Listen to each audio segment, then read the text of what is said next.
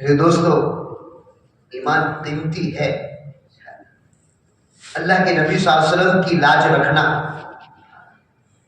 میرے دوستو اللہ کے نبی صلی اللہ علیہ وسلم کی سب سے بڑی لاج یہ ہے کہ اللہ کے نبی صلی اللہ علیہ وسلم جو دین لے کر آئے اور دین کے خاطر جو مشقتیں برداشت کی، جو تکلیفیں برداشت کی، صحابہ اکرام رضی اللہ اجمعین نے، تابعین نے، تبع تابعین، اولیاء اعظام نے، اور کہا کہ ہمارے اکابرین نے جو تکلیفیں برداشت کی، میرے دوستو وہ دین اور اس دین کی خاطر میرا جان مال لگانا، کہا کہ اس میں میرا پست ہمت ہونا، میرا کیا پیچھے ہٹنا میرے دوستو، اور اس کو کیا ہے ڈیلے کرنا، کیا یہ کرنا کہ جائیں گے ابھی تو وقت ہے. میرے دوستو یہ لاج رکھنے کی چیز ہے. اللہ کے نبی صلی اللہ علیہ وسلم کے مبارک دین کی ہم لاج رکھ لیں گے میرے دوستو کسی ہماری قربانی سے. ابھی جماعت ایک جگہ پر چل رہی ہے تو ان کا میسج آیا میرے پر کہ امیر صاحب یہاں تو لائٹ بھی نہیں ہے اور اتنی تکلیف ہے، اتنی تکلیفیں ہیں، بہت برداشت کر رہے ہیں. تو میں نے ان کو ایک ہی جواب دیا، آپ کی اتنی قربانی پر اگر کسی کو ہدایت مل جاتی ہے تو آپ کے لیے سستا سودا ہے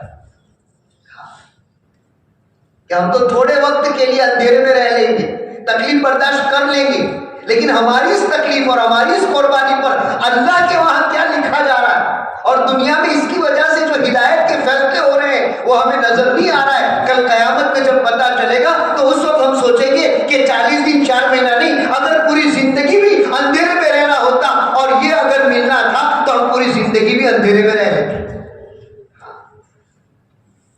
میرے دوستو ہماری تھوڑی قربانی، 120 دن کی قربانی، 5000 10,000 کا سوال.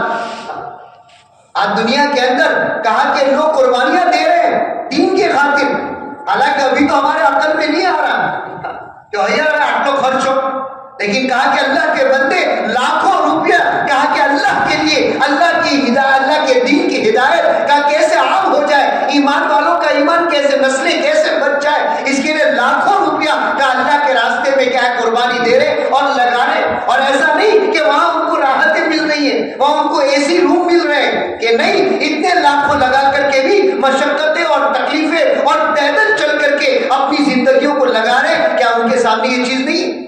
وہ بھی اپنے گھر پہ رہ سکتے ہیں، لیکن کیوں لگا رہے کہ میں ہمارا یہ تھوڑا لگانا کیا ہے ہدایت کے فیصلے کروائے گا جو کل قیامت میں ہمارے لیے نجات کا ذریعہ بن سکتا ہے.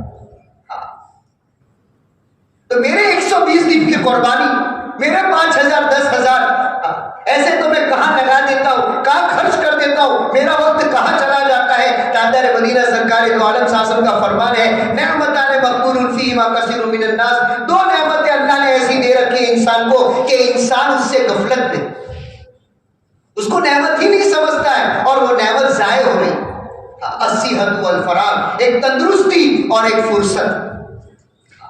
کہاں کہاں ضائع کر رہا ہے، کہاں کہاں وقت لگا رہا ہے، وقت کہاں لگا رہا ہے، پیسے کہاں لگا رہا ہے. نہ لگنے کی جگہوں پر وقت لگ رہا ہے، نہ لگنے کی جگہوں پر پیسے لگ رہے ہیں. میرے دوستو مولانا عمر صاحب پانوی رحمۃ اللہ علیہ کا مقولہ مشہور ہے کہ کرنے کے کام کرو گے تو نہیں کرنے کے کام سے اللہ بچا لے، اور نہیں کرنے کے کام نہیں کرو گے تو اللہ تبارک و تعالیٰ کیا کرنے کے کام سے محروم کر دے. جب نہیں کرنے کے کام ہوں گے تو میرے دوست تو ہمارا تھوڑا پیسہ، تھوڑا وقت، تھوڑا کیا لگے گا، تھوڑے وقت کے لیے بیوی کو، ماں کو، باپ کو، بچوں کو، گھر کو، دکان کو، کاروبار کو تھوڑے وقت کے لیے چھوڑنا ہے. میرے دوستو آخری آدمی میں کیا ہے؟ موت ہے. اس سے زیادہ تو کیا ہے دنیا میں؟ دنیا کی سب سے بڑی تکلیف موت، کیا آدمی موت آ جائے.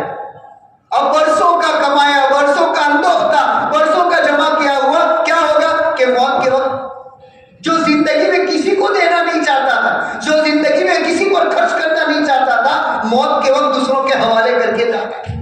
تو یہ عقل مندی نہیں ہے. عقل مندی یہ ہے کہ اپنا پیسہ خود اللہ کے راستے میں لگا کر جاوے، اپنا وقت خود اللہ کے راستے میں لگا کے جاوے تاکہ اللہ کے وہاں جمع ہو جائے. جب یہاں سے ہم جائیں گے تو ہمارا کیا ہے استقبال اور ویلکم کیا جائے گا کہ آؤ تمہارا سب جمع کیا ہوا یہاں پر ہے، یہ سب لے.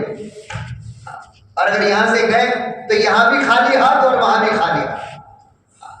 ایسے میرے دوستو رحم کا ہماری ذات پر کھانے کی ضرورت ہے، ہمارے بیوی بچوں پر کھانے کی ضرورت ہے نا. آج ہماری زبانوں پر شکایتیں ہیں، ماحول بگڑ رہا ہے،